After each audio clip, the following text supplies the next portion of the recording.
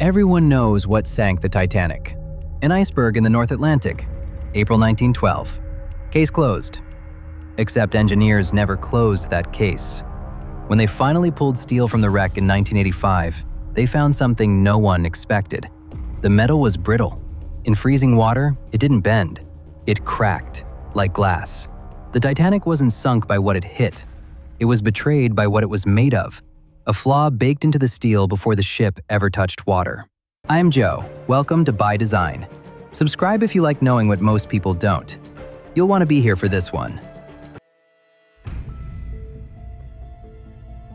April 10th, 1912. The RMS Titanic leaves Southampton on its maiden voyage. At the time, the largest moving object ever built by human hands. Nearly 900 feet long, 46,000 tons, 3,000 workers, 3 years in Belfast. And it was not just big, it was genuinely advanced. Watertight compartments, electric elevators, a double-bottom hull. This was not a wooden ship held together by optimism and tar. This was modern engineering. This was steel. Here is where it gets interesting. The Titanic was not welded. In 1912, arc welding was experimental, and nobody was trusting it with a passenger liner. So instead, the Titanic was held together by over 3 million rivets, hand-driven, hammered into place by teams working in deafening, dangerous conditions. Rivets and steel plates. That was the formula. That was what made the ship unsinkable. Except it wasn't.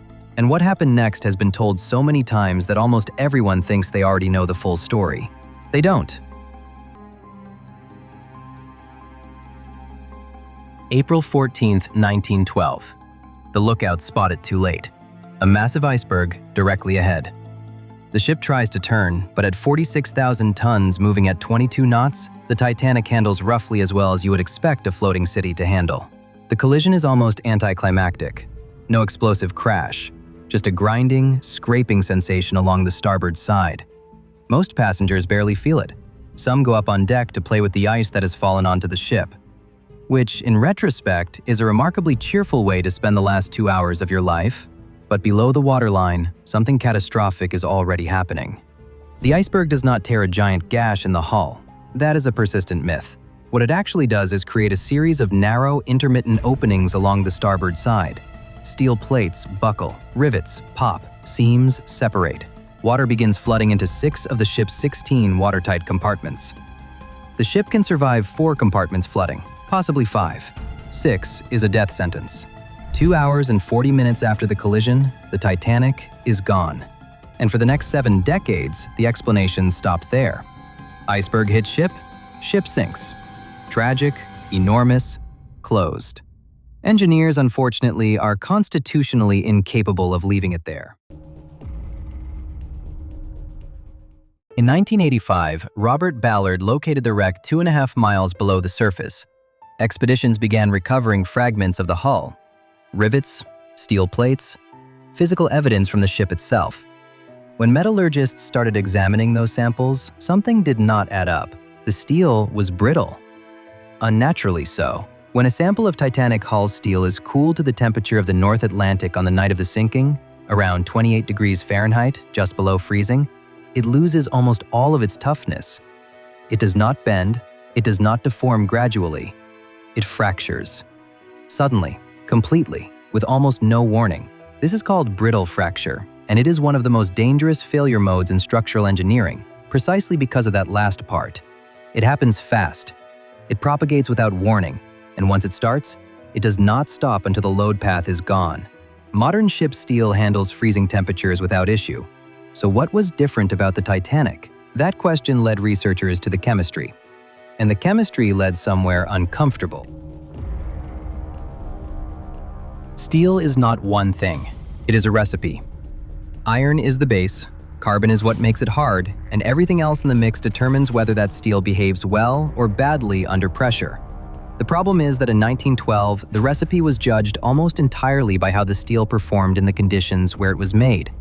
Belfast, room temperature, a controlled shipyard. Nobody was testing what happened to that recipe in freezing water at 2 in the morning. Titanic steel had high sulfur content. Sulfur makes steel easier to process when hot, which is useful during manufacture. It also makes the finished steel significantly more vulnerable to brittleness at low temperatures, which is considerably less useful when your ship is crossing the North Atlantic in April. It also had relatively low manganese. Manganese is what keeps steel tough in cold conditions. Without enough of it, you get a material that performs well in a warm Belfast shipyard and fails catastrophically in freezing water at midnight. The engineers at Harland & Wolff were not negligent. They were working with the best knowledge available in 1912. The science of fracture mechanics did not exist yet.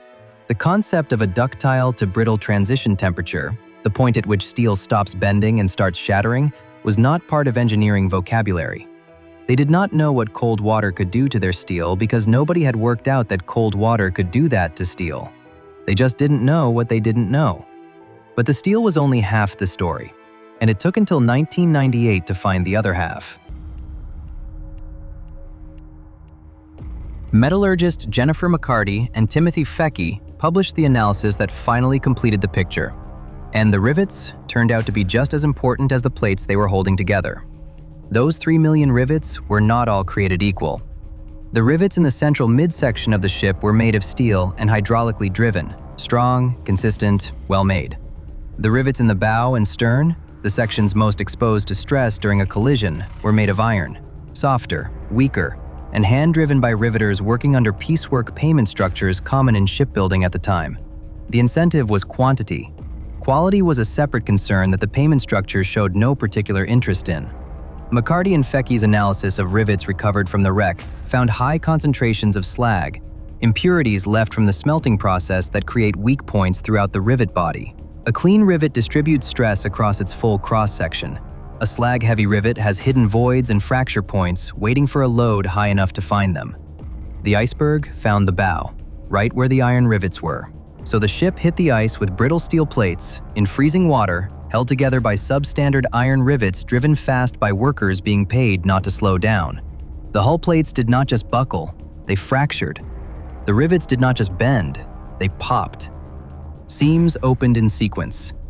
The Titanic was doomed from the moment it touched the ice, and possibly from considerably before that. But here is the dark irony at the center of this story. It took another disaster, a much larger one, before engineering actually absorbed the lesson. World War II. The United States is mass-producing Liberty ships, cargo vessels built fast and cheap to supply the Allied war effort. And something inexplicable begins happening. Ships are breaking apart, not from enemy fire, not from storms, not from any visible damage, just cracking open, sometimes in calm seas, sometimes in cold water, sometimes sitting at the dock. Around 30 ships lost entirely, hundreds more with serious hull fractures. The cause was the same physics, playing out on a different stage. Cold water. Steel that had not been specified for toughness at low temperatures. Cracks that started at stress points and ran through the hull without warning. Engineers who studied the Liberty ship failures kept arriving at the same uncomfortable conclusion. This was not a new problem. It was a problem the Titanic had already demonstrated 3 decades earlier. The field just hadn't been listening. This time, the engineering community had better tools and enough catastrophic evidence to finally demand answers. What followed was the birth of fracture mechanics as a formal scientific discipline. How cracks start, how they propagate, what makes one steel survive cold conditions and another shatter. The questions that should have been asked after 1912 finally got answered because the Liberty ships made them impossible to ignore. The Charpy impact test came out of this era.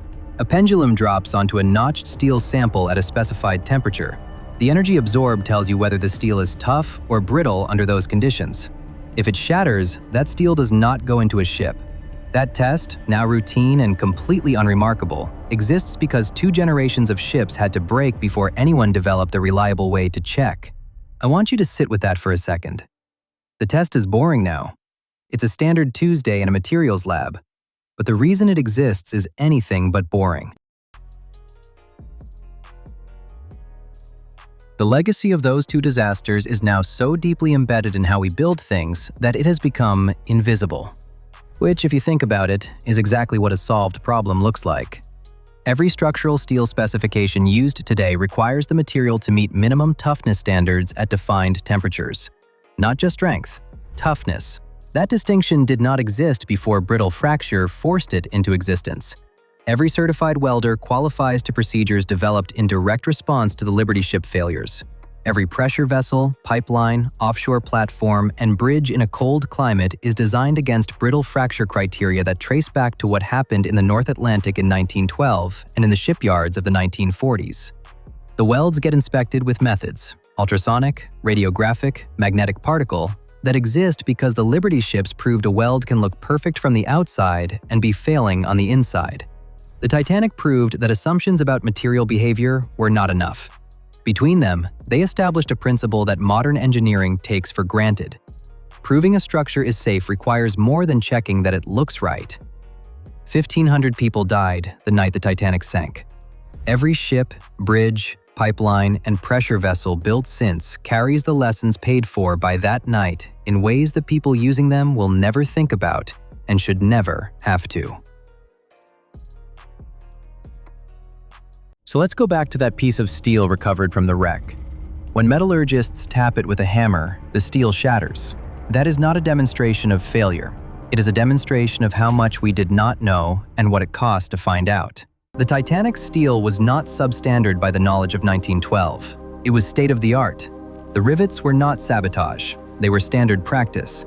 The engineers were not negligent. They were working at the frontier of what the field understood.